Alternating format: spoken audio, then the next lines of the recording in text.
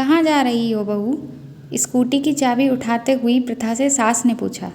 Mummy की तरफ जा रही थी अम्मा जी। अभी परसों ही तो गई थी। हाँ, पर आज पापा की तबीयत ठीक नहीं है, उन्हें डॉक्टर को दिखाने ले जाना है। ओहो, ये तो रोज़ का हो गया है। एक फ़ोन आया और ये चल दी। बहाना चाहिए पीहर जाने का। सास ने जाते जाते प्रथा को सुनाते हुए कहा। हम तो पछता गए भाई, बिना भाई की बहन से शादी करके। सोचा था चलो बिना भाई की बहन है तो क्या हुआ, कोई तो इसे भी ब्याहेगा। अरे जब लड़की के बिना काम ही नहीं चल रहा तो ब्याह ही क्यों किया। ये सुनकर प्रथा के तन बदन में आग लग गई। दरवाजे से ही लौट आई और बोली, ये सब तो आप लोगों को पहले से ही पता था ना अम्मा जी कि मेरे भाई नहीं है। और माफ़ करना, इसमें एहसान की क्या बात हुई। आपको भी तो पढ़ी लिखी कमाऊ बहू मिली है। लो, अब तो ये अपनी नौकरी और पैसों की भी धौंस दिखाने लगी।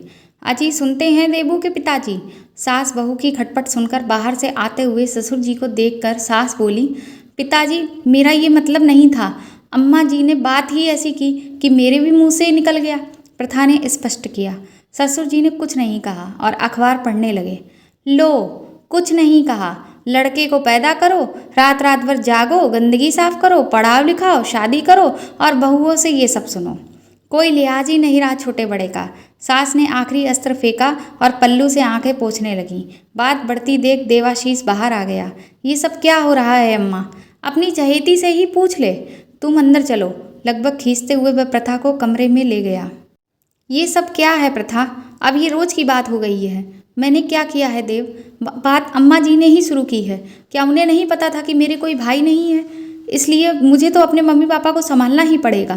प्रथा ने रुआसी होकर कहा। वो सब ठीक है, पर वो मेरी माँ है। बड़ी मुश्किल से पाला है उन्होंने मुझे। माता पिता का कर्ज उनकी सेवा से ही उतारा जा सकता है। सेवा ना सही तुम उनसे जरा अदब से बात ही किया करो। अच्छा, बाहर हुई सारी बातचीत में तुम्हें मेरी बेअदबी कहाँ नजर आई?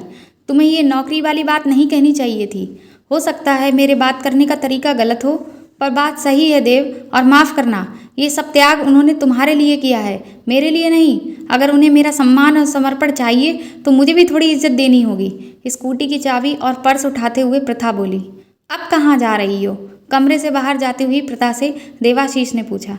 जिन्होंने मेरी गंदगी धोई है, मेरे लिए रात रात भर जागे हैं, मुझे नौकरी लायक बनाया है, उनका कर्ज उतारने, प्रथा ने गर्व से ऊंची आवाज़ में कहा और स्कूटी स्टार्ट कर चल दी।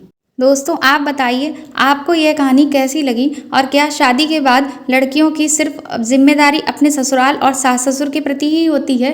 क्या अपने माता पिता के प्रति उनकी कोई भी जिम्मेदारी नहीं बनती?